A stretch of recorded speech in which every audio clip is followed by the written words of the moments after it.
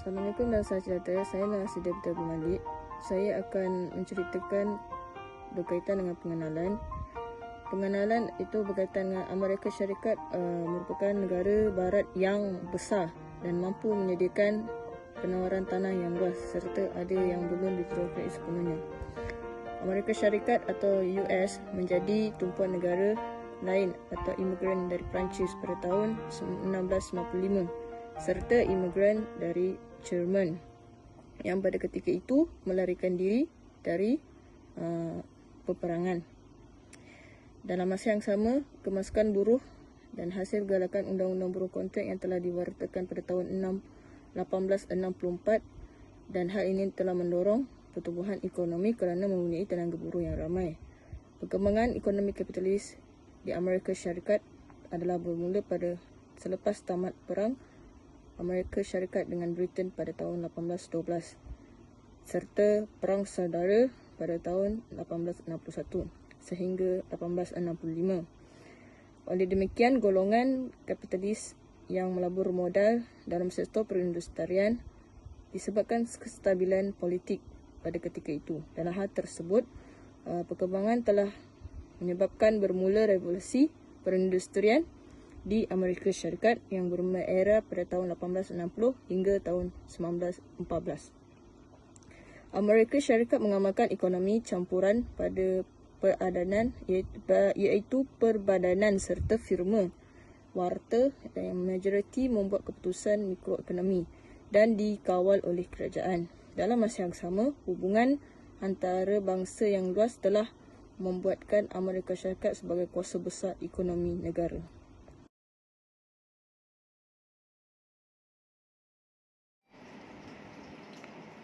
Okey, seterusnya grade of state mesti mengikut nilai budaya.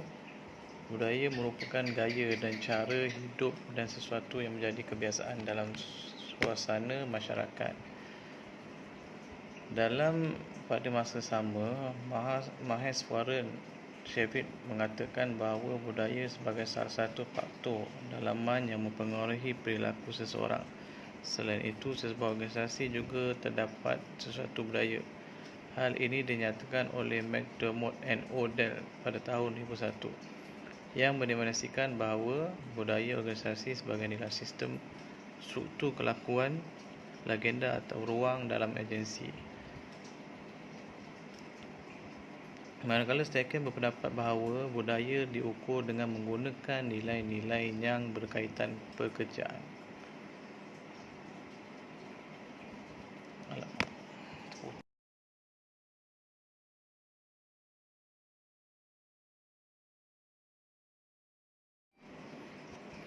Okey, seterusnya beliau telah mengenal pasti 6 dimensi masalah utama yang dihadapi oleh manusia.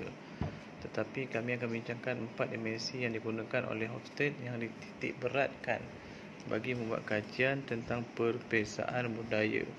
Antaranya jarak kuasa, individualistik lawan kumpulan, kelakian lawan kewanitaan dan pengekalan ketidakpastian.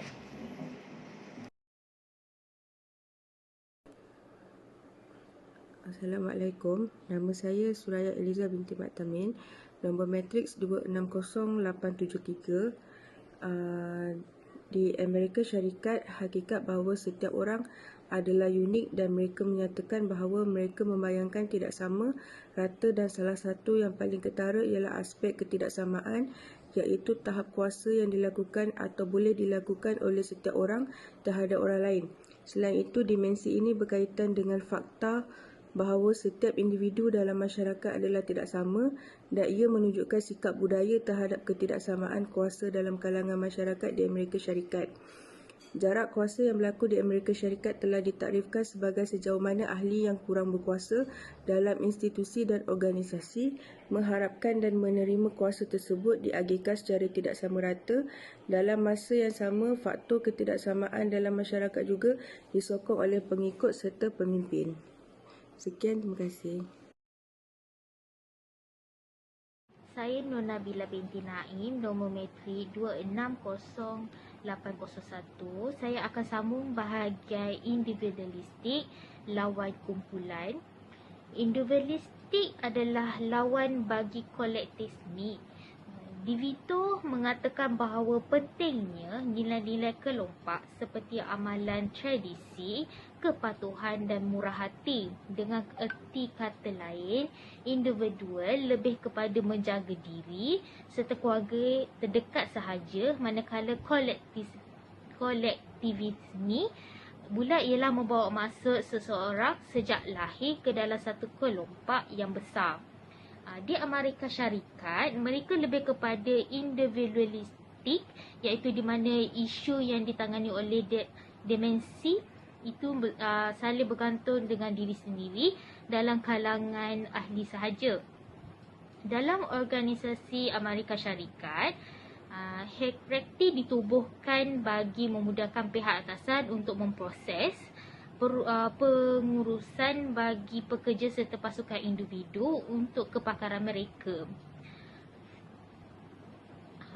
Serta juga untuk mengharapkan mendapat maklumat, berkongsi bersama pada masa yang sama. Komunikasi mereka lebih kepada tidak formal atau langsung. Masyarakat bergaul dengan bebas dan mereka menjaga diri sendiri dan tidak bergantung terlalu banyak seperti pihak berkuasa untuk mendapatkan sokongan. Pengelakkan ketidakpastian, uncertainty avoidance. Bagi dimensi pengelakkan ketidakpastian ini mempunyai kaitan dengan cara masyarakat berurusan bahawa masa depan yang tidak boleh diketahui. Selain itu, merujuk kepada ketidakserasian masyarakat dalam ketidaktentuan dan ketidakstabilan. Dalam dimensi ini, proses di mana individu dalam sesuatu negara lebih cenderung untuk memilih keadaan bersukto iaitu tidak berisiko berbanding keadaan tidak bersukto iaitu berisiko. Skor AS di bawah purata dengan skor rendah 46% pada pengelakkan ketidakpastian iaitu menunjukkan konteks yang dirasakan oleh masyarakat Amerika Syarikat di mana mereka mendapati diri mereka sendiri memberi kesan kepada tingkah laku mereka lebih daripada budaya sama ada mendapat markah yang lebih tinggi atau lebih rendah. Hal demikian terdapat tahap penerimaan yang seksama untuk idea baru, produk inovatif dan tahap kesediaan untuk mencuba sesuatu yang baru atau berbeza sama ada ia berkaitan dengan teknologi, makanan atau amalan perniagaan. Masyarakat Amerika Syarikat lebih bertolak ansur dengan idea atau pendapat daripada sesiapa sahaja dan membenarkan kebebasan bersuara. Pada masa yang sama, Amerika Syarikat tidak memerlukan peraturan yang banyak dan kurang ekspresif emosi daripada budaya yang mendapat markah lebih tinggi. Adalah kelakian lawan kewanitaan. McCluty berkaitan dengan nilai perbezaan gender dalam kalangan masyarakat dan nilai-nilai McCluty mengandungi nilai daya saing, ketegasan, materialistik dan cita-cita serta kekuasaan. Kelakian atau disebut sebagai masculinity merupakan satu tingkah laku atau sifat serta berperanan berkaitan dengan lelaki. Dalam masa yang sama, kepribadian seseorang atau kemaskulinan berbeza mengikut budaya dan tempoh sahaja.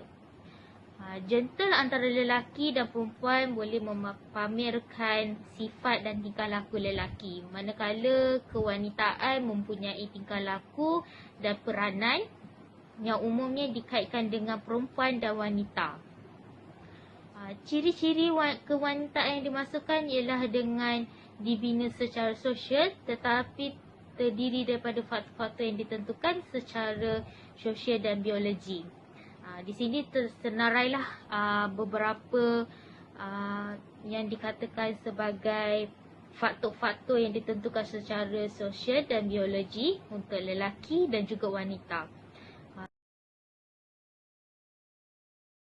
Bagi lelaki, masculinity memaksimumkan emosional dan sosial dan perempuan minimumkan emosional dan sosial, iaitu adalah persamaan. Dan lelaki harus tegas dan wanita mungkin bersikap tegas dan bercita-cita tinggi. Bagi femininity, lelaki dan wanita yang sederhana dan ambil berat. Seterusnya adalah kagum terhadap yang kuat, femininity, simpati yang pada yang lemah. Masculinity yang terakhir, kerja diutamakan, menang atas keluarga. Dan di sebaliknya adalah keseimbangan antara keluarga dan pekerjaan.